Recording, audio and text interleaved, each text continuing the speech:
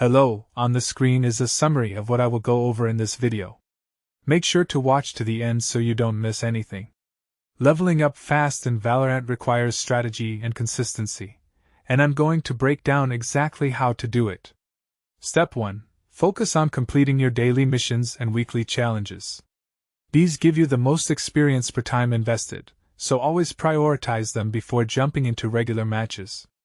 Make sure you're logging in every single day because the bonuses add up quickly. Step 2. Play unrated matches instead of ranked when you're grinding levels. Unrated games give you solid experience, they're shorter, and you won't stress about your rank while you're farming levels. This lets you play more games in less time.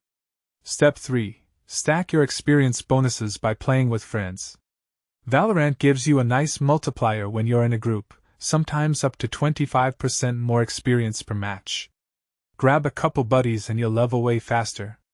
Step 4. Target Spike Rush mode when you want quick matches with decent rewards.